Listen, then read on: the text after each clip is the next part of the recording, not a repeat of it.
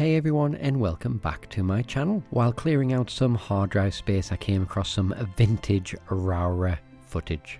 As we can see from the intro there, this was from a race back from 2008. I had the privilege to do a one-round event in the Saxon Super Series. In this footage, you will see two different engine types, which is a Biland SA 250, which is a one front at the start, and a Vampire, which you'll notice by the big red airbox.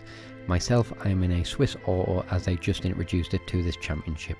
I am sorry that the video is only 3 minutes long, so that is not the whole race and without any sound, but hopefully you'll stay for the full footage to see how Rowrah has evolved in the past 15 years, as well as get to see some action on the track.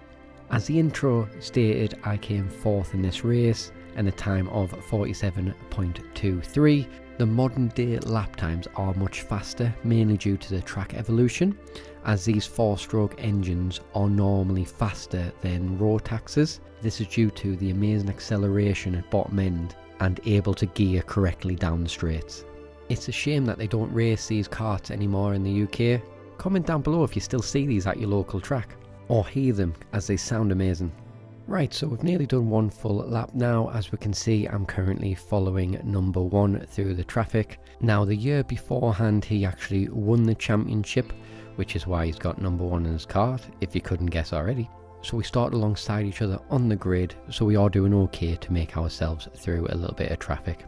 Now, I did give him the most slightest boop coming out that corner, which has allowed this kart to try and make a dive bomb onto that corner, which didn't go very well, but now number one has made a little bit of distance. Now, unfortunately, coming up to number 55, I do get a little bit frustrated and give him a little bit more than a tap, so he knows I'm there.